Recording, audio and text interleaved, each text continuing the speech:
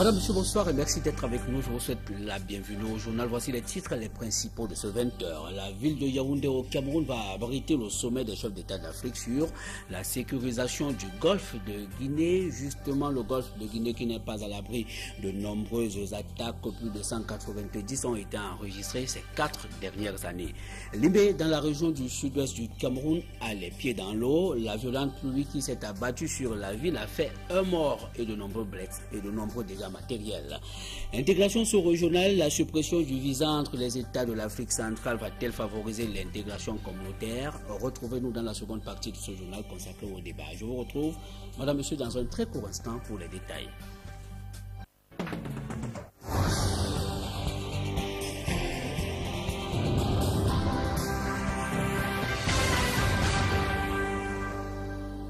Bonsoir une fois de plus, madame, monsieur, et merci de nous retrouver sur le 20h. Images d'inondations à l'ouverture de cette édition, des inondations qui ont fait un mort dans la ville de Limbé. Nous sommes dans la région du sud-ouest du Cameroun. La ville a les pieds dans l'eau après la violente pluie qui s'y est abattue. Viviane Kamwa pour plus de détails. Le retour de Dame Pluie occasionne de nombreux dégâts dans la ville de Limbé. Toute la ville est inondée après la violente pluie qui s'est abattue sur cette localité. La principale entrée de Limbé est bloquée par les eaux de ruissellement. Ici, les populations se servent de seaux pour vider leur domicile. Par ailleurs, d'autres essayent de permettre à l'eau de se frayer un chemin. Il est désormais impossible de circuler dans la ville de Limbé. Plusieurs quartiers sont touchés par les inondations, notamment Mao, Clascarter, Garden et Newton. Des habitants rapportent que les eaux de ruissellement sont à l'origine de la disparition d'un enfant d'environ 10 ans au quartier Mao, quartier le plus touché par les inondations. Les recherches se poursuivent donc dans la ville de Limbé, question de retrouver la dépouille de cet enfant. Et cet incendie dramatique à Santa, c'est dans la région du nord-ouest du Cameroun. 3 enfants périssent dans les flammes. Des témoins racontent que le drame survient lorsque la lampe à pétrole servant pour éclairer la maison explose et étouffe les victimes. Edmond Dini et Julingue. Les images sont fortes, même insoutenables. Cette femme du 3e âge vient de voir ses 3 petits-enfants brûlés vifs au quartier Santa à Bamenda.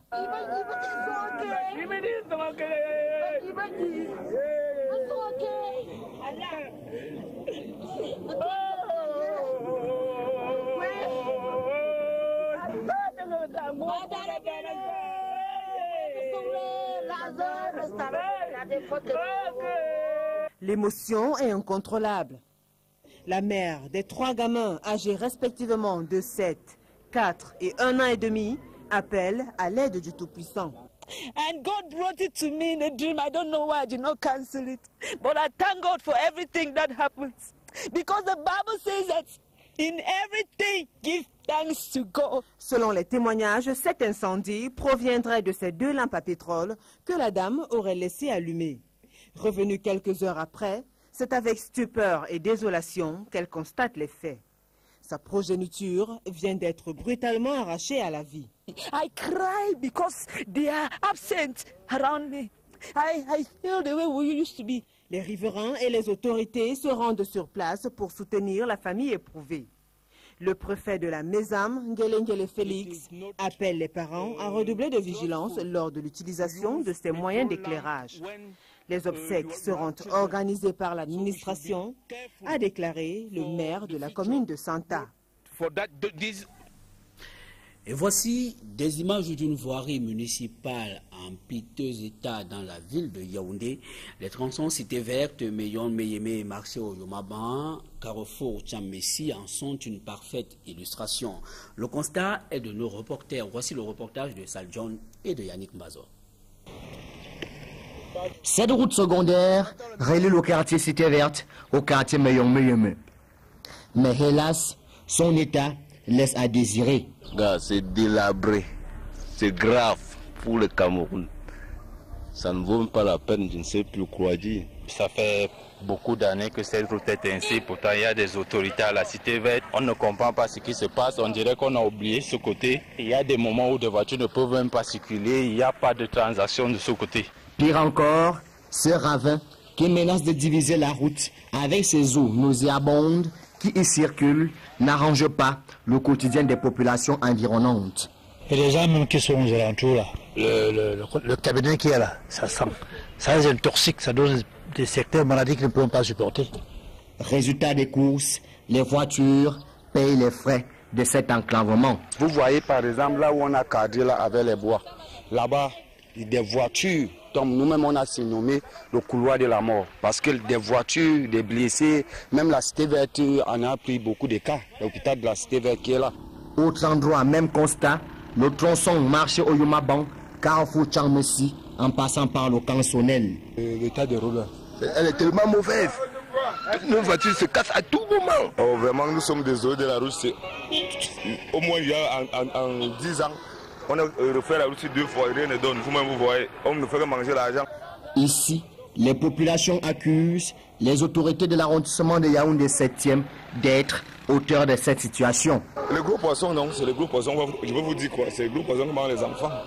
On est dans l'argent, ils mettent en poche. À l'exemple de ces 2 routes secondaires, d'autres sont dans le même état. À titre d'exemple, le tronçon reliant le carrefour Coron au quartier Ekounou, ainsi que celui reliant le carrefour Vogumbi à l'ancienne Camille. Une question reste alors posée. Que font les autorités municipales et la communauté urbaine face à cette situation? Au-delà du mauvais état des routes, il faut également inscrire dans ce registre l'insécurité et l'insalubrité. C'est le cas par exemple du lieu dit Cansonel à Yaoundé. Une fois encore, Sal John et Yannick Mbazo. Ça fait pratiquement une semaine que ce tas d'ordures a pris d'assaut le carrefour Cansonel au Yumaban. Une semaine que les agents de la société Isakam ne passent pas par là, et ce, au grand malheur des populations environnantes. Partout, il y a les tas d'ordures, Je ne sais pas ce qu'il y a entre les Isakam et ses employés. Ça va exposer aux maladies. Oui, puisque c'est les déchets, ça dégage, ça donne tout un tas de choses aux gens. En dehors de cette insalubrité, les populations du quartier Cansonel au Yumaban font face à une insécurité grandissante. Et nous ne sommes pas aussi en sécurité.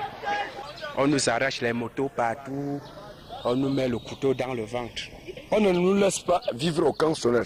Quelqu'un ne peut pas arriver au Cansonel à plus de 21h. Il sera toujours braqué en route. L'autre jour, quand je rentrais aussi, on m'avait braqué, toujours au quartier. On a pris mon téléphone, on m'a pris 12 500.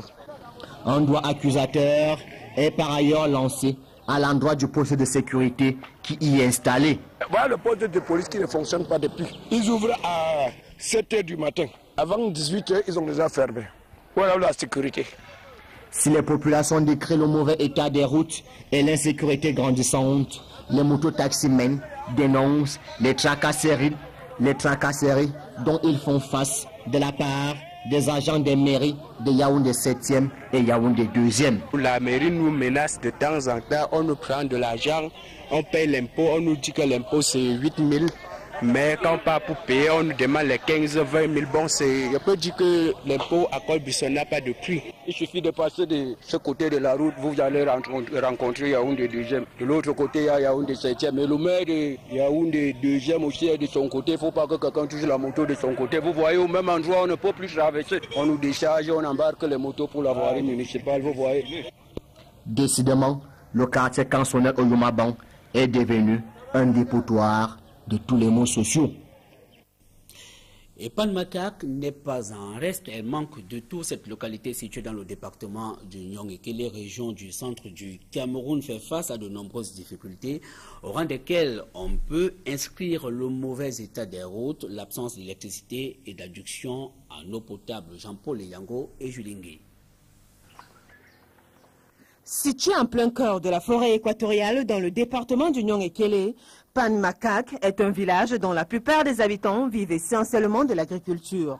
Le secteur tarde à connaître un essor favorable, cause de multiples difficultés. Il n'y a pas de lumière, rien. Pas assez de puits d'eau. Donc c'est ça qui nous dérange. Et même des routes, vous voyez l'état des routes, que quand il y a des pluies, au moment des pluies, nous souffrons. Avec une forte production de denrées alimentaires telles que le cacao, les arachides, le macabo, manioc et autres, les habitants de cette petite localité regrettent les termes des échanges. Bien sûr, nous produisons beaucoup de cacao, mais nous avons beaucoup de difficultés pour le vendre parce qu'ici il y a trop de corsage et il n'y a pas encore... les sociétés coopératives ne sont pas encore bien implantées chez nous et nous avons ces problèmes parce que nous ne pouvons pas stocker ça et vendre ça en groupe. C'est chacun qui peut vendre à son prix, alors que c'est une grande richesse pour notre village. Avec près de 1500 âmes, Pan Makak ne possède qu'une école primaire et un collège d'enseignement secondaire. Tous les deux font face aux mêmes problèmes. Bon, nous avons aussi des problèmes du point d'eau. Vous voyez un village comme Pan Makak, nous n'avons qu'un seul point d'eau où les gens font des kilomètres pour avoir de l'eau potable. Le passage de l'autoroute Douala-Yaoundé par Pan Makak fait penser aux habitants que leur village sortira définitivement de son enclavement. Et cette coopération économique entre le Cameroun et la Turquie, des hommes d'affaires turcs sont en tournée dans la ville de Douala au Cameroun. Ils s'intéressent à plusieurs secteurs d'activité, essentiellement à celui consacré à la production du médicament. Une aubaine dans un pays où le médicament coûte cher, soufflent ainsi des observateurs Jean-Johnny Mpek et Jean-Paul Souniat. Le Cameroun serait l'un des pays au monde où le médicament coûte encore très cher, révèle un constat des spécialistes. Il y a beaucoup de faillites dues à des épidémies ici au Cameroun, dues à l'insuffisance du médicament et aussi dues au prix des médicaments qui sont sur marché très élevés. Conséquence, ils sont des milliers à mourir faute d'accès aux médicaments appropriés et soins de qualité. Du coup, par défaut de moyens financiers, de nombreux Camerounais recourent aux médicaments vendus dans la rue. La tendance pourrait changer avec l'arrivée des hommes d'affaires turcs au Cameroun. Ils envisagent d'investir dans des secteurs dits prioritaires comme la santé. Nous voulons apporter un partenariat qui permettra aux Camerounais d'accéder facilement avec leurs moyens afin de trouver une certaine solution à des maladies et empêcher surtout les mœurs d'enfants, les mœurs des mamans. Même si le diplomate turc reconnaît que des réformes incitatives à l'investissement sont en cours au Cameroun, il convient de déplorer des lenteurs administratives observées dans les délivrances des autorisations. C'est un processus qui est un peu difficile, qui n'est pas très facile, qui prend du temps. Surtout avoir la licence de distribution sur sol camerounais, ça demande une process. En se lançant dans ce secteur il y a quelques années, des opérateurs privés camerounais avaient annoncé la baisse du coût des médicaments. Les produits pharmaceutiques coûtent toujours cher. La population mise désormais sur des partenaires extérieurs du Cameroun pour voir baisser le prix du médicament. Et la ville de Yaoundé au Cameroun va abriter du 24 au 25 juin prochain la réflexion sur la sécurisation du golfe de Guinée. C'est à l'initiative des chefs d'État et de gouvernement de la CEAC, de la CEDEAO et de la Commission du golfe de Guinée. Les enjeux ainsi que les contours de la rencontre de Yaoundé au Cameroun ont été présentés à la presse par le ministre camerounais de la Communication. Je vous propose dans l'extrait qui va suivre d'écouter Issa Tiroma Bakari. Le ministre camerounais de la Communication s'est confié au micro d'Equinox Télévision. Ce sont les chefs d'État et de gouvernement de ces pays qui ont décidé de se retrouver au Cameroun les 24 et le 25 juin prochains pour harmoniser et intégrer leurs positions respectives en vue d'une sûreté et d'une sécurité maritime plus efficace dans le golfe de Guinée.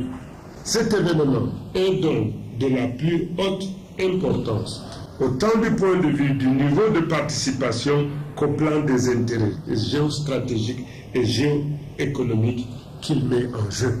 Le golfe de Guinée est en contact avec toutes les autres sous-régions de l'Afrique. Il est donc classé comme incontournable pour toute question qui touche à l'Afrique.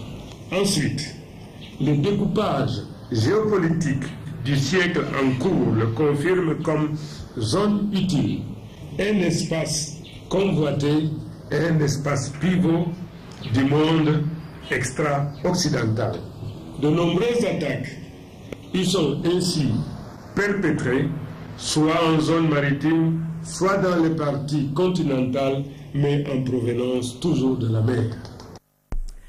Événement de haute importance pour le gouvernement camerounais, mais aussi pour l'Afrique, la tenue d'un sommet sur la sûreté et la sécurité maritime trouve sa justification en la menace que subit régulièrement le golfe de Guinée, riche en ressources halieutiques et pétrolifères.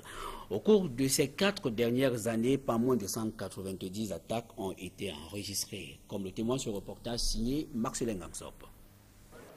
L'aéroport international de Yaoundé-Simalène est la principale porte d'entrée au Cameroun. Il va connaître une fréquentation inhabituelle dans les prochains jours, avec le très attendu balai des chefs d'État et de gouvernement.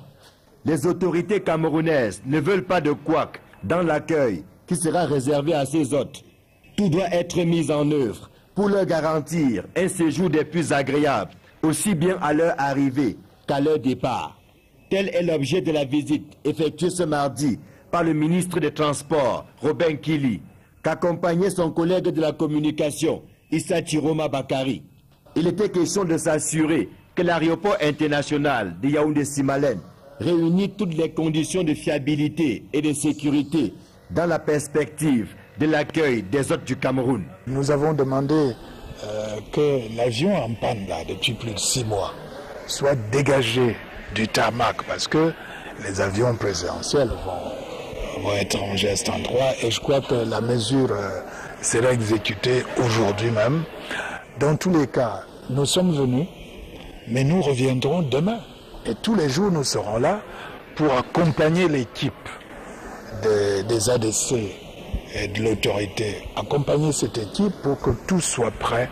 Nous avons encore des petits coups de pinceau à donner à gauche, à droite, mais tout sera en ordre d'ici 48 heures. Le sommet des chefs d'État et de gouvernement sur la piraterie maritime et les vols à main armée dans le golfe de Guinée se tient du 24 au 25 juin prochain à Yaoundé. Les premières délégations sont attendues dans les aéroports de Douala et Yaoundé à partir du 22 juin. Voilà, vous l'aurez corrigé certainement par vous-même. C'est un reportage sur l'aéroport international de Yaoundé-Simalène qui fait sa toilette. Cette place aéroportuaire entend jouer un rôle important dans l'accueil des chefs d'État et de gouvernement pour le compte du conclave sur la sécurisation du golfe de Guinée. Examen officiel 2013. La dernière ligne droite, c'est avec le probatoire de l'enseignement général entamé ce mardi sur l'ensemble du territoire national. Au sous-centre écrit du lycée Jos dans la ville de Douala, plus de 840 candidats sont sur les starting blocks. Parmi les candidats, les déficients et la première promotion des technologies de l'information. Un reportage signé Dani Warenzede et Étienne Pascal Azege. Ce bruit du clavier de la machine à taper vient rompre avec le silence habituel des salles d'examen. Ce sont des candidats d'un autre genre, les déficients, qui font face à l'épreuve de français du probatoire de l'enseignement secondaire général. Ils sont 5 parmi un peu plus de 700 candidats enregistrés au sous-centre écrit du lycée Jos de Douala. Nous avons 843 candidats qui composent ici, et spécialement des séries A4. Nous avons la TI, Technique d'information, c'est une nouvelle série, c'est la première promotion cette année. La correction des copies des candidats déficients est tout aussi complexe que la composition. Il y a des moments où ils font l'erreur de poinçon. Au lieu d'écrire E, ils écrivent plutôt I. Quand je lis le mot, je comprends qu'il fallait mettre plutôt I là-bas. Je l'arrange puisque E et I se ressemblent. 3 sujets étaient au choix lors de l'épreuve de littérature. Et le choix de l'un des sujets a été motivé par les connaissances que les candidats ont reçues au cours de l'année scolaire. Mon choix a été porté sur le sujet de type 3, qui est la dissertation, parce que je me suis plus entraîné pendant la période intensive à la maison. Une épreuve jugée abordable pour la plupart des candidats. C'est abordable pour un élève qui a passé toute son année scolaire entière. La première épreuve était abordable, c'était à notre niveau. Ce premier jour de l'examen a beaucoup plus été marqué par la forte pluie qui s'est abattue sur la capitale économique ce matin.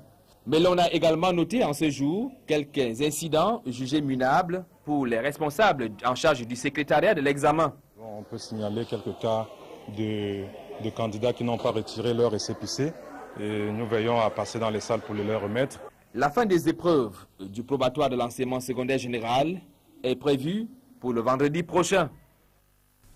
Bonne chance à tous les candidats. Et le Conseil national de la communication justifie sa décision d'interdire aux médias la publication des tendances lors des sénatoriales du 14 avril dernier au Cameroun. Monseigneur Joseph Béfé Ateba, le président du CNC, en visite de travail dans la ville de Douala, depuis hier, a donné une conférence de presse ce mardi. Étienne Pascal Azegui.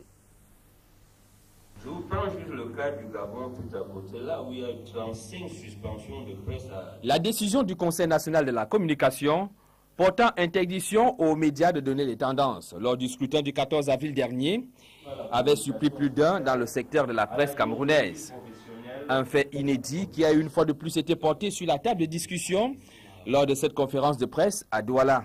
Le président du Conseil, Monseigneur Joseph Béfé Ateba, a été plus que dissuasif sur cette décision face aux hommes des médias. C'est très curieux que le Conseil supérieur de l'audiovisuel en France ait pris les mêmes règles. Interdit aux journalistes, dans un texte écrit, de publier même les tendances. Moi, je voudrais savoir à quelle démocratie nous nous référons. Est-ce que nous réinventons la roue? Liberté d'expression, oui, il ne faut pas limiter. Mais est-ce que vous êtes capable d'éteindre un feu qui brûle avec une publication irresponsable? Alors, dans ces missions, le Conseil s'est senti le devoir pour la paix sociale de vous interdire de les publier. Et si vous les publiez, ce sera à vos risques et périls. Cette sortie du Conseil national de la communication, la première du genre après sa mise sur pied, a permis aux hommes des médias d'en savoir davantage sur les missions qui sont dévolues à cette institution au cours de cet échange. Les préoccupations des hommes des médias ont entre autres porté sur les dernières sanctions du CNC à l'endroit de certains confrères et même sur la profession de journaliste. Sur ce dernier aspect, Monseigneur Joseph Béfé Ateba annonce de nouvelles sanctions. Nous sommes en train de voir comment sévir dans ce secteur qui est flou. On leur a demandé de s'organiser, mais il paraît que l'organisation dans ce domaine-là semble encore fragile. L'évolution du statut et les missions du CNC, sans toutefois oublier la déontologie professionnelle, ont été passées en revue lors du propos liminaire du président du Conseil, Monseigneur Joseph Béfé Ateba, ce 18 juin à Douala. Et du sport football, dans ce journal, l'imbroglio continue de régner autour de la succession de Iya Mohamed à la tête de la Fédération camerounaise de football. À moins de 24 heures de l'élection annoncée pour demain à Yaoundé, les deux camps continuent de s'affronter. Y aura-t-il ou pas élection? Yannick Mbazoa. Iya Mohamed sera bel et bien candidat à sa propre succession lors de l'Assemblée générale élective du prochain président de la Fédération camerounaise de football. Depuis sa cellule du secrétariat d'État à la Défense, Iya Mohamed compétira par procuration. Assemblée générale élective qui se tiendra ce mercredi 19 juin 2013 à partir de 10 h au siège de la FECAFOOT. Il a été convenu que les élections au niveau fédéral auront lieu le 19 juin 2013. En conséquence, le comité exécutif de la FECAFOOT confirme la tenue de l'Assemblée générale élective de la FECAFOOT le 19 juin 2013 au siège de la FECAFOOT à Yaoundé. Annonce que refute John Begeninde, premier vice-président de la Fédération camerounaise de football. Aller pour une réunion convoquée par le troisième vice, ce n'est pas évident, non? Donc il n'y aura pas élection. Moi, je sais qu'il n'y aura pas élection. Même si c'est une élection, ça sera nul et nul de fait. Au cours de la réunion du comité exécutif, présidé par le troisième vice-président de la Fédération camerounaise de football, Francis Veng, constat a été fait que le mandat des membres du comité d'urgence est expiré depuis le 25 mai 2013. Le comité exécutif constate l'expiration du mandat des membres du comité d'urgence à compter du 25 mai 2013. En conséquence, tout acte pris par le comité d'urgence après cette date est nul et de nul effet. Observation que rejette le premier vice-président John Begeninde. En absence de président de la FECAFOOT, c'est le premier vice qui assume l'intérim. Donc, ce que Francis Mbengue a fait aujourd'hui, a convoqué, il n'a pas l'autorité pour faire ça, il n'a pas de compétence. Donc pour moi, c'est nul et nul de fait. Y aura-t-il élection ou pas d'un nouveau président à la Fédération camerounaise ce mercredi 19 juin 2013? La question reste posée. Seul le cours des événements donnera réponse à cette question. Affaire à suivre. Éliminatoire de la Coupe du Monde 2014 au Brésil, le Cameroun pourrait définitivement récupérer les 3 points du match contre le Togo. La sélection togolaise paye ainsi le prix de son indélicatesse après avoir aligné Alexis Roma, inéligible pour cette rencontre. Le Togo a interjecté appel après la décision de la FIFA. Gladys Sidieu et Mitterrand Dam. Au lieu d'une victoire impérative contre la Libye, le Cameroun pourrait se contenter d'un simple match nul lors de la 6e journée du 2e tour éliminatoire. Les Lions indomptables ont bénéficié de 3 points suite à la perte du match contre le Togo. En effet, le joueur Romao Alexis figurait sur la liste togolaise. Pourtant, sa fiche disciplinaire laissait paraître 2 cartons jaunes pris à la phase aller. Selon la procédure disciplinaire de la FIFA, 2 cartons jaunes valent une suspension de match, ce que n'aurait pas respecté l'encadrement technique des éperviers. La FIFA s'est donc saisie du dossier, s'appuyant sur l'article 55 du Code disciplinaire. Il stipule que si un joueur prend part à une rencontre officielle alors qu'il n'est pas qualifié, son équipe est sanctionnée d'un forfait. La sélection togolaise n'aurait pas respecté l'article 8 du Code de la FIFA qui prévoit que tous les joueurs doivent être sélectionnés conformément au statut de la FIFA. Les mises en cause peuvent cependant faire appel. Les autorités togolaises ont déjà interjecté appel auprès de la commission de recours afin d'être réhabilitées dans leurs droits. La commission de recours doit rendre son verdict avant le mois de septembre, période de la 6e et dernière journée du 2e tour de ces éliminatoires. Et de l'information publicitaire pour refermer la première partie de ce journal. Simencam vole au secours des populations de Bonabéry. La société citoyenne vient d'entreprendre la réhabilitation de la pénétrante Ndoboraï qui dessert la localité de Bonendale dans l'arrondissement de Douala 4e. Une action qui rentre dans le cadre de la célébration du mois de juin baptisée Santé et Sécurité à Simencam. Reportage. C'est un jour nouveau qui s'élève pour les riverains de Ndobo au lieu d'Iraï et ceux de Bonendale. Cette pénétrante, qui avait fini par devenir un calvaire pour les usagers de ce quartier de l'arrondissement de Douala 4e, est en train de se refaire une peau neuve. Le maître d'ouvrage de ce relooking est Simencam. L'entreprise citoyenne souhaite faire bénéficier les populations de Bonabéry des activités liées au mois de juin, consacrées à la santé et à la sécurité, comme l'explique le chef secteur fabrication. Nous mettons un peu plus d'accent sur cet aspect, c'est-à-dire l'aspect environnemental et l'aspect sécurité. Cette année, nous avons choisi d'apporter un soutien aux populations parce que nous sommes arrivés avec la communauté, la commune urbaine d'arrondissement de Douala 4e.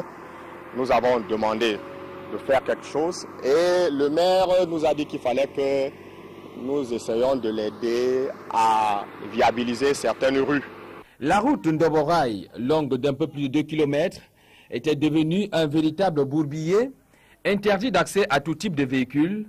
Même les engins à 2 roues sont contraints à faire demi-tour. La pelleteuse des cimenteries du Cameroun, amenée au renfort pour la réhabilitation de ce tronçon, en a d'ailleurs fait les frais de ce terrain mouvant. Les populations peuvent à présent dire un ouf de soulagement grâce à Simencam. Nous vivons un peu dans le désarroi et parfois c'est comme nous sommes un peu oubliés dans l'arrière-pays parce que cette route, vous voyez, vous constatez vous-même que c'est un chantier abandonné. Donc c'est depuis des années que nous souffrons pour ce calvaire. Si c'est la Simencam, vraiment, on peut dire bravo parce qu'il a vu que nous souffrons ici là beaucoup et il vient nous aider. Donc, on est vraiment content. L'autorité municipale reconnaît toute la portée que ces travaux de réhabilitation ont sur les populations de Bonabéry en général et de Ndobo en particulier. C'est une action vraiment sociale et nous disons merci à la société Simencam. Nous pensons continuer à nouer des relations avec cette société. Sur la dizaine de rues répertoriées dans l'arrondissement de Douala 4e, seulement 3 vont être réhabilitées par les cimenteries du Cameroun, notamment ici à Ndoboraï, celle derrière 4 étages et la rue de la zone Maxi. On espère juste qu'on aura suffisamment de force pour pouvoir multiplier ce type d'événement à l'avenir. Le leader du marché camerounais du ciment vient, à travers ses actes, de sceller une nouvelle alliance avec les populations de Bonabiri, qui représentent aussi ses potentiels clients. Madame, Monsieur, merci de nous retrouver dans un très court instant pour la seconde partie de ce journal consacré au débat.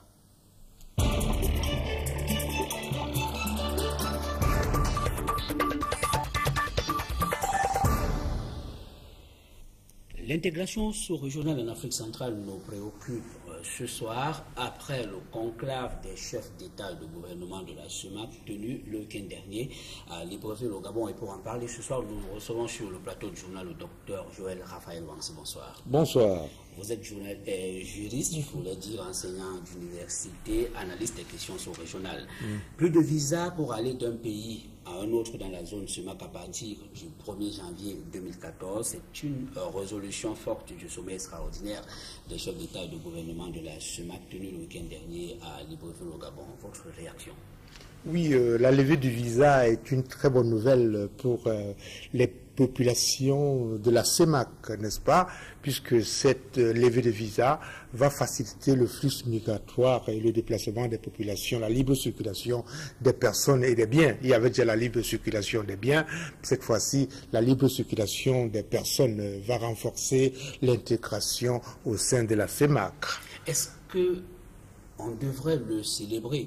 On sait qu'une mesure, cette pratique existe depuis beaucoup de temps, elle a été expérimentée, même si elle n'était pas jusqu'ici formalisée. Est-ce que cette formalisation, parce que c'est une des annonces fortes faites une fois de plus, est-ce que cette formalisation va ajouter quelque chose dans la pratique? Oui, elle va ajouter quelque chose dans la pratique, puisqu'elle va permettre que le libre passage des populations, et elle va renforcer la séparation qui a été faite par l'autorité coloniale. N'oubliez pas que sur le plan, si nous faisons une analyse géo-humaine sur la nature des populations, la plupart de ces peuples sont à cheval sur de nombreux États. C'est le cas par exemple des Bayas qui vivent au Congo-Brazzaville, qui vivent en République centrafricaine et qui vivent au Cameroun. Ils pourront se déplacer facilement. Il y a aussi le cas d'enfants, les enfants du Gabon, de Guinée équatoriale et du Cameroun, qui sont vraiment, qui constituent un seul peuple, qui vont librement se déplacer. Je veux donc dire que ici, dans cette nouvelle configuration, cette nouvelle décision de cet État a levé beaucoup d'appréhension, beaucoup d'inquiétudes que certains manifestaient, notamment le Gabon et la Guinée équatoriale, qui pensaient qu'ils pouvaient être envahis par des flux migratoires incontrôlables. Donc, la levée des visas aura un impact économique. Le problème qui se pose aujourd'hui, la véritable question qui se pose aujourd'hui, c'est justement l'applicabilité de cette mesure par ces pays qui avaient été jusqu'ici réticents, parce que cette résolution, maintes fois annoncée, n'a jamais été appliquée par la Guinée, encore moins la Guinée équatoriale, encore moins le Gabon. Qu'est-ce qui porte à croire aujourd'hui qu'on a des garanties assez suffisantes qui permettent de croire que justement ces deux pays pourront accepter l'application de cette mesure? Il y a d'abord les mutations politiques. Avant, les décisions se prenaient d'en haut. Maintenant, il y a la pression des populations.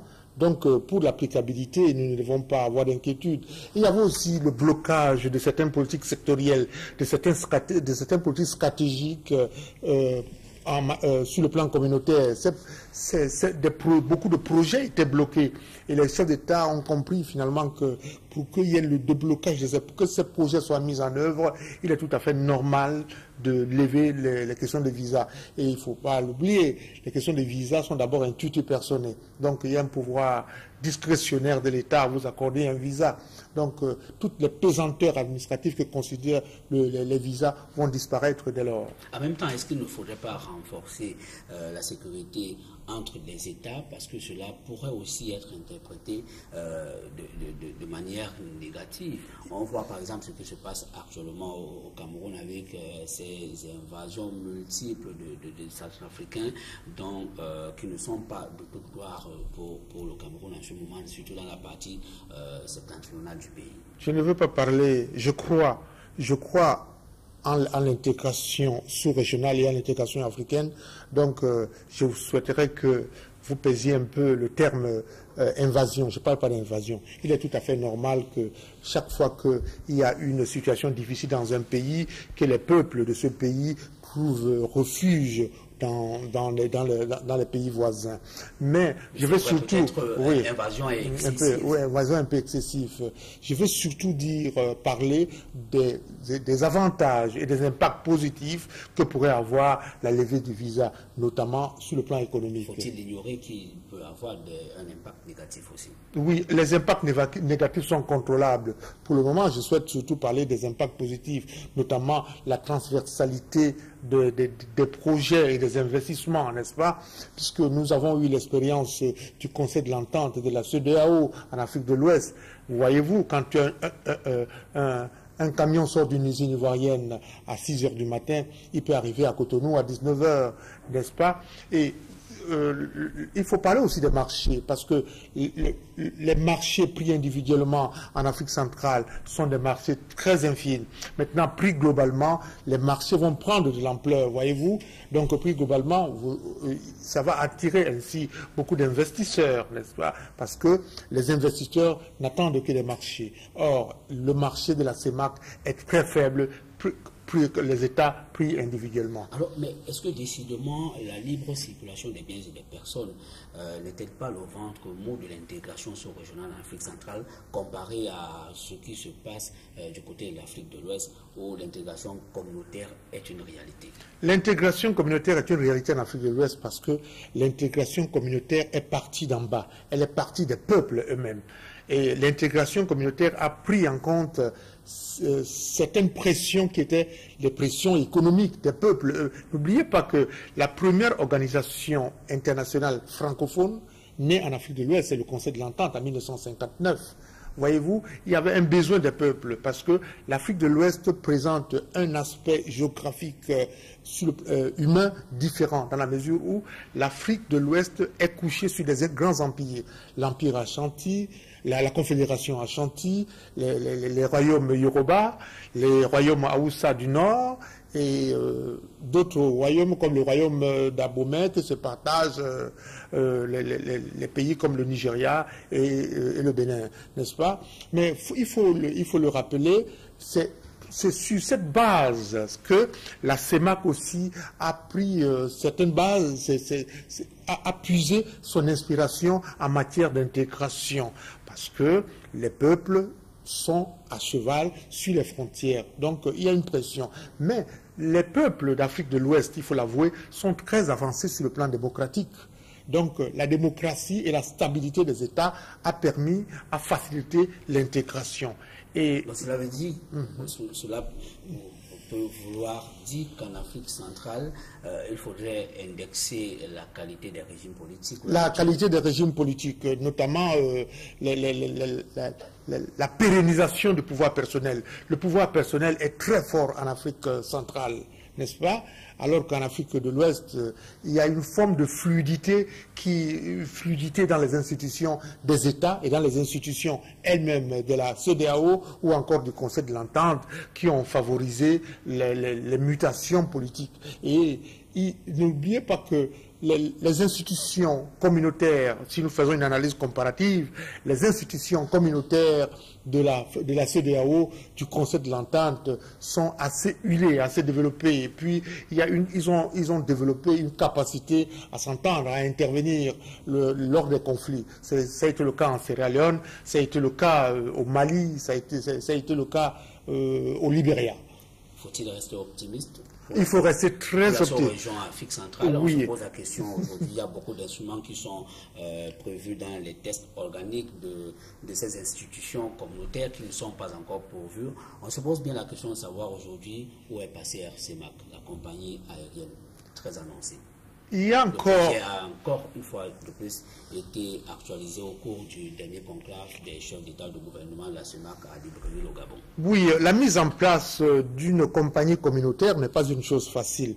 Vous vous souvenez de la défunte Air Afrique, la gestion communautaire d'une institution comme RCMAC demande beaucoup de réflexion et la gestion d'une telle organisation souffre beaucoup de ce qu'on appelle les réflexes de souveraineté.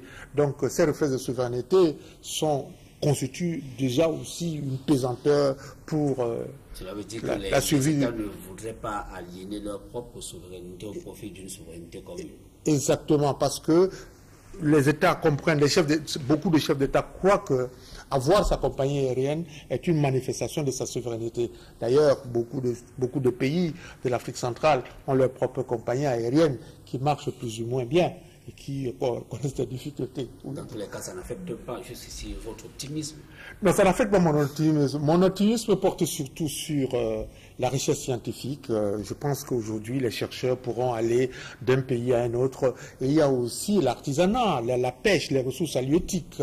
On pourra désormais, les pêcheurs d'Afrique centrale, d'un pays d'Afrique centrale pourront se rendre dans d'autres pays pour pêcher. Il y a aussi qu'avant, il y a aussi la protection de l'environnement, n'est-ce pas?